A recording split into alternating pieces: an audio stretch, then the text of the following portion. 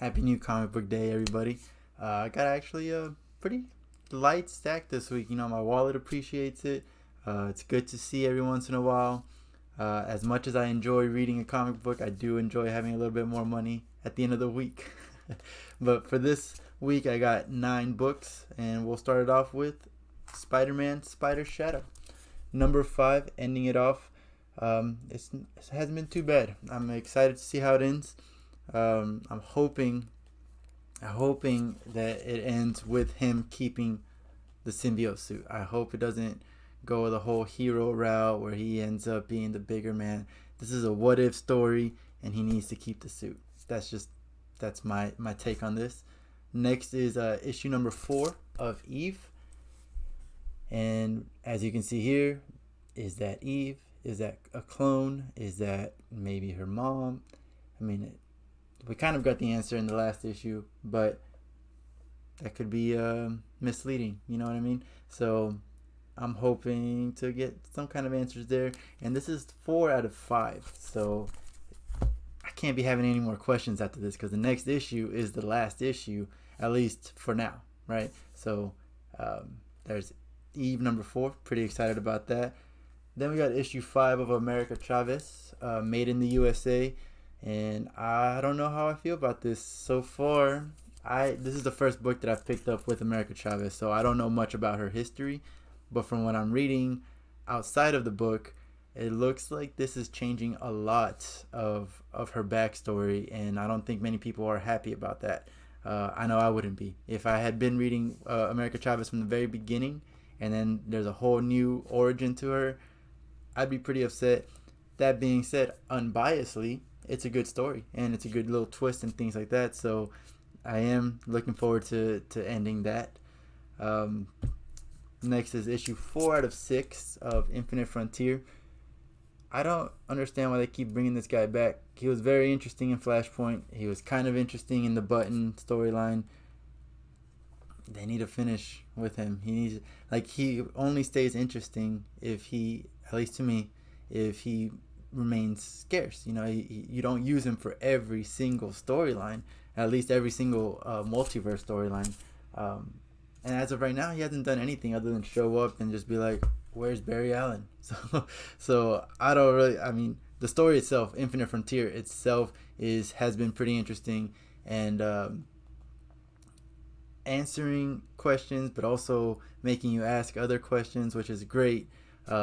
When it comes to the whole multiverse in general, death metal really set something off, and things are happening. So I'm enjoying this.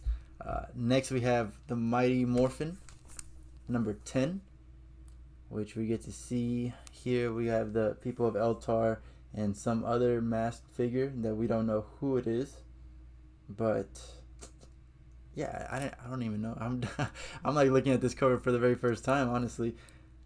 I don't even have any indication of who that could be at the moment. So, something to look forward to. Next is issue number 2. This is a new series from Image, Ordinary Gods. And the first issue, while heavy on dialogue, it was really great. It set the world, literally. And now we get to figure out who this person is and what their role is in this world. And how basically this god has shaped the world as we know it, even though they don't know that they're gods themselves. And the last issue really ended on a cliffhanger, so looking forward to reading this. Issue 33 of Daredevil. This has only gotten good. I just read the last Daredevil maybe a week ago, right? And there are a lot of questions. I'm not going to spoil anything, but there are a lot of questions, especially at the end of 32. And it just looks like Matt here is getting angrier and angrier, as you can see from this cover. And I love to see it. I love to see him angry. He's in jail right now, but he's just kicking everybody's ass. But then we have Elektra, which is the basis of all my questions for Daredevil at the moment. So yeah, let's see what happened to her. Speaking of, we got issue 31 of Captain Marvel. As you can see, she's back in her original suit here. This is a great suit. I love it. I like the collar on her. I like the flowing. I don't even know what that's called. What you would even? It's not a belt. I don't know. Off the top of my head, it's too much pressure at the moment. But either way, she's back in this. She didn't keep her magic suit, unfortunately. Hopefully, it'll make a comeback anytime she faces like a magic user or something like that. But for now, it's back, red, yellow, and blue. And it's a brand new arc, so I have no idea what to expect.